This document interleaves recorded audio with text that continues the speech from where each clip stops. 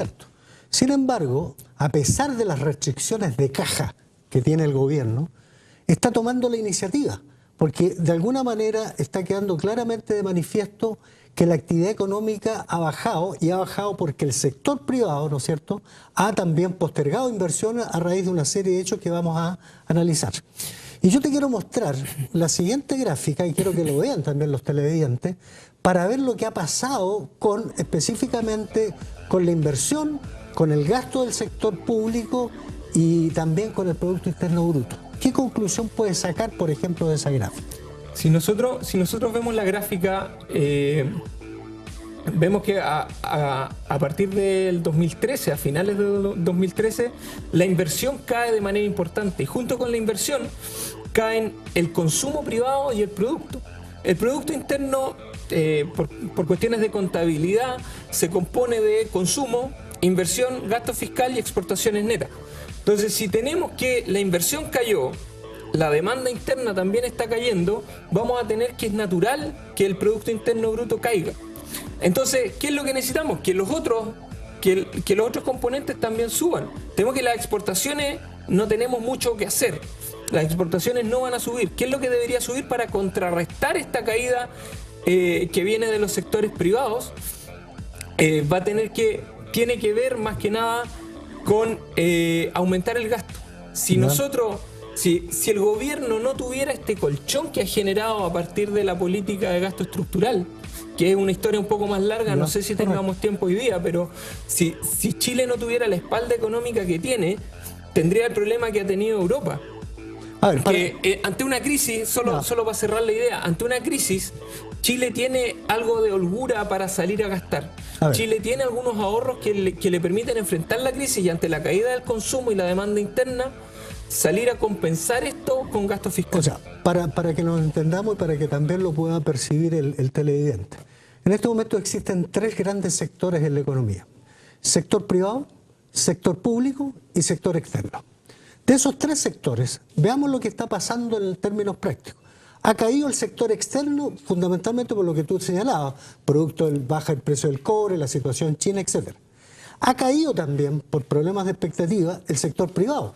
Por lo tanto, esos dos sectores han sido gravitantes, y eso es lo que ha llevado, entiendo, a asumir un rol mucho más protagónico al gobierno. ¿Es así? ¿Cómo se manifiesta eso? Así es, y enhorabuena que sea así, porque imagínate que el gobierno siguiera la tendencia a la baja del sector privado y del sector externo. Tendríamos que la crisis sería aún mayor. A veces el gobierno debería tomar más protagonismo, debería gastar todavía más. El problema es que si bien el gobierno está haciendo los esfuerzos para sostener la situación, esto tiene un límite. Si el gobierno presiona demasiado a la economía y trata de aumentar la demanda, ya sea a través de gasto fiscal o a través de otros mecanismos, vamos a tener que este gasto, si no se genera en producto, si no genera mayores bienes y servicios en la economía, se va a traducir solo en aumentos de precios. Eso es lo que comúnmente suelen hablar los economistas, ¿no es cierto? Cuando dicen se está haciendo uso de una política fiscal, y últimamente se habla de una política contracíclica. ¿A qué está referido o a qué se refieren cuando se están planteando este tipo de situaciones? La política contracíclica consiste básicamente en que, para simplificar la historia, vamos a tomar solo el sector público y el sector privado. Cuando el sector privado le va bien, esta época de las vacas gordas, el sector público va a generar holgura. Va a decir, mire, ¿sabe qué? No necesitamos gastar porque la economía está bien, pero estamos recaudando fondos porque el precio del cobre está alto, porque la actividad económica me genera muchos tributos, entonces nosotros vamos a ahorrar dinero. Eso se llama una política restrictiva. Cuando estamos bien, podemos hacer política restrictiva y eso no va a ser demasiado dañino. Pero ¿para qué nos sirven esos ahorros? Precisamente va a ser lo contrario cuando el sector privado cae. Si el sector privado cae, necesitamos a alguien que lo empuje o que lo sostenga, por último, para que no caiga tanto. Entonces, la política en este caso, en lugar de ser restrictiva como fue cuando nos iba bien, va a ser expansiva. Entonces, el gobierno sale a suplir un poco, con los ahorros que generó antes, sale a suplir la actividad económica. Entonces, vamos en contra del ciclo. Cuando el ciclo va para arriba, la economía, el gobierno reduce el gasto y le tira un poco las riendas a la economía. O sea, cuando la economía cae, nosotros le tiramos agüita al caballo para que avance un poco más rápido. En otras palabras, lo que está haciendo el gobierno en la actualidad es tratar de compensar estas caídas que se han producido a raíz de un menor nivel de actividad en la que está, digamos, inserto el sector privado. Ahora, tengo una gran duda, porque como tú algo ya señalaste, esto no puede ser en forma sin tiempo, sin restricciones. Y a mí me preocupa por lo siguiente. Yo quiero mostrarte una gráfica en donde tú vas a observar específicamente hasta dónde está llegando hoy en día el rol que está asumiendo el gobierno. Las gráficas barras para los televidentes muestran el gasto y las barras celestes muestran la inversión. Si ustedes se fijan allí en la gráfica roja, hasta el año 2014 el gasto que estaba haciendo el gobierno, que son gastos para financiar políticas sociales, políticas públicas, etcétera, llegaba prácticamente el 2013 a un 4,1%. Sin embargo, el año pasado, el 2014, que se había estimado un 4,1%, llegó prácticamente a un 9-10%. Y para este año, el año 2015, se está proyectando un gasto de un 9,8%. Sin embargo, el primer trimestre ya llevamos un 12%. Y fíjate lo que pasa en la inversión. La inversión ha crecido un 27%, la inversión pública.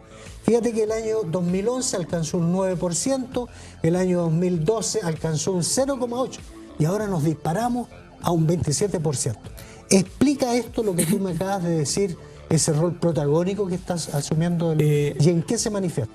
Pero a mí me queda clarito, digamos. Si uno recuerda cuáles han sido las últimas crisis, y la gran crisis que tuvimos fue el año 2008-2009, y vemos que el 2009 particularmente el gasto público explotó. ¿Sí? Pasó de un crecimiento, de crecer un 9% a crecer un 16%. Correcto. Después nos fue bastante bien y fíjense que el gasto disminuye o disminuye la tasa a la que está creciendo. ¿Sí? No es que el gasto haya caído, pero disminuye la tasa a la velocidad a la que crece y cayó, y cuando nos fue bien el gasto fiscal se moderó. ¿Sí? Nos va bien, entonces hacemos lo contrario, le tiramos un poco las riendas a la economía. Se da el juego y ahora viene el juego contrario. Ahora nos toca, es como en el tenis, ahora nos toca sacar. ¿Sí? Antes nos tocó recibir, ahora nos toca sacar. Entonces ahora es el gobierno que toma la iniciativa y empieza a gastar. Y el gasto ahora se esperaba un crecimiento bajo, y ha sido más bajo de lo que esperábamos. Entonces el crecimiento, tú hablabas de que partimos con un 9,8 y ya va en un 12 proyectado, es porque efectivamente el temporal viene un poco más fuerte de lo que se avisoraba. Entonces el gasto tiene que responder a esta lógica contracíclica. Y ahí está incluso mientras peor sea la crisis, más debería salir a gastar el gobierno para mantener no solamente, digamos, algunas cosas que están programadas. ¿Qué pasa con las situaciones de emergencia, por ejemplo, que ha vivido Chile? Es que la gráfica muestra otra cuestión interesante también. Cuando vienen estos periodos de crisis, que nosotros sabemos que son transitorios, nosotros tenemos que hacer gastos que también sean transitorios. Por eso aumenta la inversión.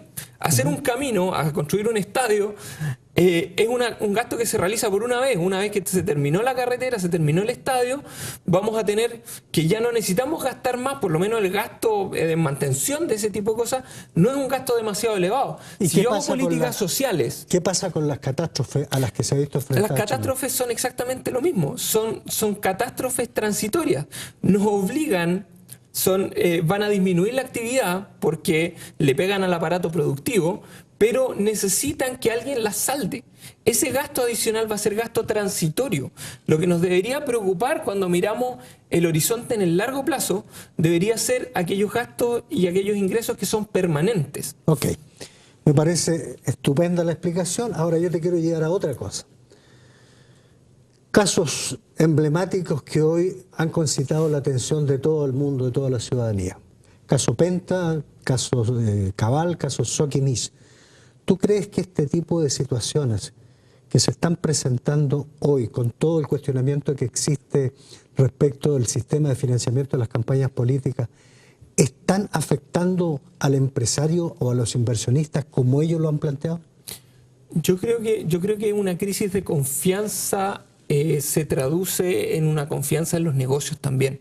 Tenemos que una suerte de empresas que han sido exitosas, históricamente exitosas, de repente nos dejaron un poco sorprendidos porque el dinero que hacían no provenía de una actividad necesariamente productiva, sino que de algunos maquillajes contables. Tuvimos hace algún tiempo el caso La Polar. Fíjate que el caso La Polar fue terrible para los clientes de esa empresa, pero también fue terrible para los accionistas de la empresa. Y las AFP. Y las AFP, que son accionistas de la empresa. Hoy día pasa algo similar. Fíjate que el caso Sokimich tiene repercusiones en Estados Unidos porque accionistas de Sokimich en Estados Unidos se han visto perjudicados. Entonces los inversionistas hoy día van a tener que pensar 2 o 3 veces, ¿y esta empresa estará metida o no? Chile no es un país corrupto, pero cuando aparece uno, ¿sí? Que puede ser, y en todo orden de cosas, digamos, cuando hay un desordenado en el curso de los niños o cuando hay un barra brava que le tira gas pimienta a los jugadores del equipo rival, que es lo que pasó en Argentina hace un tiempo, es toda la barra, es todo el equipo el que se ve afectado en su reputación. Ahora, entonces hoy día los inversionistas, sobre todo los que vienen de afuera, van a decir, bueno, invierto o no invierto, me meto a este negocio o no me meto a este negocio, porque las confianzas se empiezan a quebrar.